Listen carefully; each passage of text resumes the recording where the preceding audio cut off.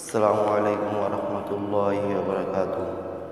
Alhamdulillah nahmaduhu wa nasta'inuhu wa nastaghfiruhu wa nu'minu bihi wa natawakkalu alayhi wa na'udzu billahi min shururi anfusina wa min sayyiati a'malina. Amma ba'd.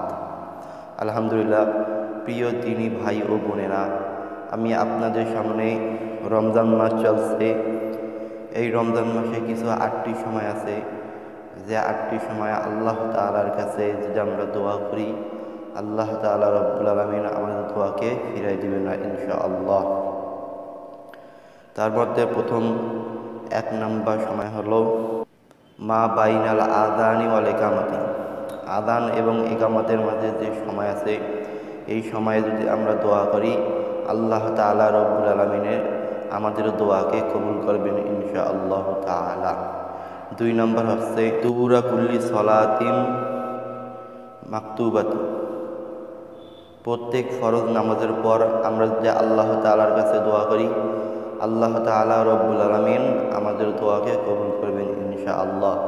তাই আমরা 5 ওয়াক্ত আমাদের ফরজ নামাজ হয়। এই ফরজ নামাজের প্রত্যেক ফরজ নামাজের পর রমজান মাস চলতেছে, আমরা বেশি বেশি আল্লাহ তাআলার কাছে দোয়া করার চেষ্টা করব ইনশাআল্লাহ তাআলা। আল্লাহ তাআলা আমাদের তৌফিক দান করেন। 3 নম্বর দোয়া কবুলের সবচাইতে ভালো মুহূর্ত হলো নামাজে যখন আমরা সিজদায় যাব। এই সিজদারত অবস্থায় আমরা আল্লাহ তাআলার কাছে দোয়া করব, কেননা রাসূল করিম সাল্লাল্লাহু আলাইহি ওয়াসাল্লাম বলেছেন, যে বান্দা সিজদায় যায় আল্লাহ তাআলার কাছে কোনো কিছু প্রার্থনা করে, আল্লাহ তাআলা তা দ্রুত কবুল করবেন ইনশাআল্লাহ। তাই আমরা সিজদায় গিয়ে রাসূল করিম সাল্লাল্লাহু আলাইহি ওয়াসাল্লামের কথা অনুযায়ী আল্লাহ তাআলার কাছে দোয়া করবেন ইনশাআল্লাহ, আল্লাহ তাআলা তা কবুল করবেন। 6 নম্বর হচ্ছে জুমার দিনগুলোতে, বিশেষ করে আসরের নামাজের পর যে জুমার দিন হয়, এই জুমার দিনগুলোতে আমরা আসরের পর থেকে নিয়ে মাগরিবের পূর্ব মুহূর্ত পর্যন্ত আল্লাহ তাআলার কাছে দোয়া করব। আল্লাহ তাআলা আমাদের দোয়া এই সময় বেশি কবুল করবে ইনশাআল্লাহ তাআলা আজিজ।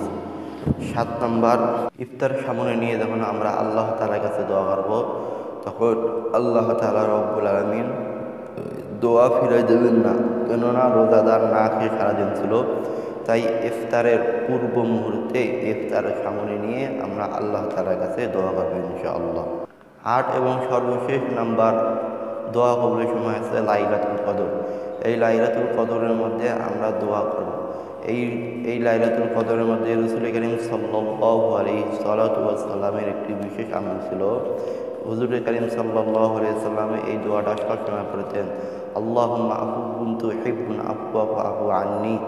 আমরাও এই দোয়াটি পড়ব এবং লাইলাতুল কদরের মধ্যে আল্লাহ তাআলার কাছে মাফ চাব, অর্থাৎ হে আল্লাহ, আপনি ক্ষমাশীল এবং ক্ষমা করতে পছন্দ করেন, তাই আমাদেরকে আপনি ক্ষমা করে দিয়েন।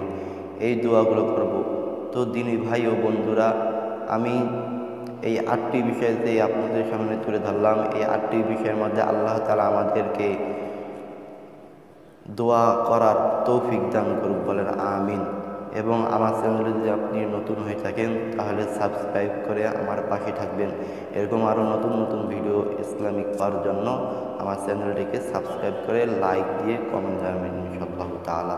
আসসালামু আলাইকুম ওয়া রাহমাতুল্লাহি ওয়া তাআলা।